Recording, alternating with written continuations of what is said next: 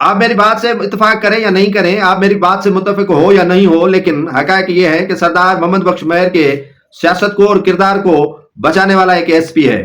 S P نے سردار محمد بخش مہر کے سیاست اور کردار پر لگے داغ ضرور دھو ڈالے ہیں۔ اب اس کے بدلے میں اس کی بدلی کی جائے یا تبادلہ کروایا جائے وہ الگ بات ہے۔ ہوتا یہی ہے کہ جو احسان کرتا ہے اس کے صلے میں اسے احسان چکانے کے لیے کافی تکالیف اٹھانی پڑتی ہیں۔ ڈاکٹر سمیع اللہ سومرو کو اگر گھوٹکی سے ہٹایا جائے گا تو یقیناً چیف سردار محمد بخش مہر کا ہی کردار ہوگا۔ اگر وہ وہاں رہے تو یہ سبھی سرداروں کے لیے بہتری ہو سکتی ہے۔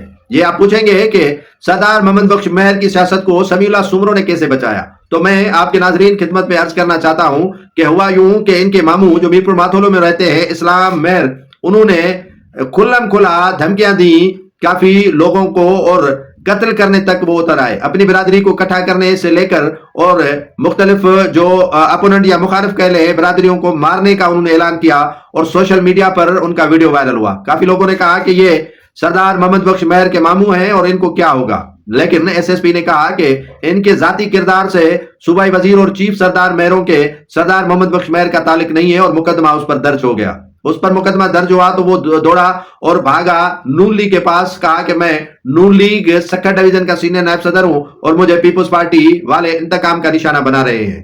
لیکن آپ کو پتا ہے کہ پیپلز پارٹی نون لیگ بھائی بھائی ہے، ان کے درمیان کوئی رسا کشی اور اختلاف ہے نہیں۔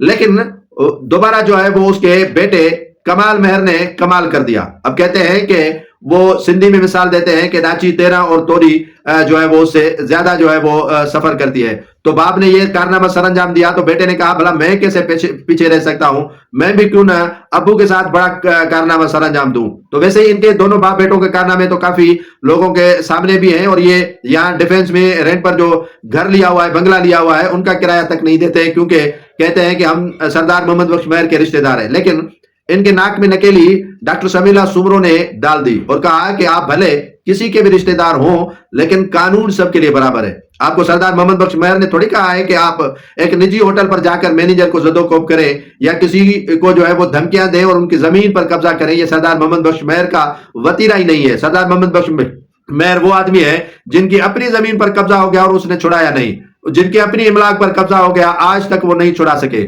جن کے اپنی زمین دوسرے کھا گئے لیکن وہ اف نہیں، ان سے جو ہے وہ انہوں نے اف نہیں کیا ان کے ساتھ۔ تو آپ کون ہوتے ہیں جو سردار محمد بخش مہر کا نام استعمال کر کے اس طرح کے کارنامے سر انجام دے رہے ہیں اور لوگوں کو زد و کوب سے لے کر دھمکیاں اور قتل کی دھمکیاں تک دیتے ہیں؟ تو آپ کے ناک میں نکیلی میں ہی ڈالوں گا۔ سمیع اللہ سومرو نے ان پر مقدمہ درج کیا، باپ بیٹے پر، ان پر جو ہے وہ بیٹے پر ہوٹل پر مینیجر کو زد و کوب اور حملہ کرنے کا، اور اس کے باپ اسلام مہر پر جو ہے وہ مقدمہ درج کروایا دھمکیاں دینے کا۔ یعنی سردار محمد بخش مہر کا جو نام استعمال کر کے وہ کارنامے سر انجام دے رہے تھے، انہی کو روکا ہے ڈاکٹر سمیع اللہ سومرو نے کہ سردار محمد بخش مہر یہ کر ہی نہیں سکتا جو کارنامے آپ سر انجام دے رہے ہیں۔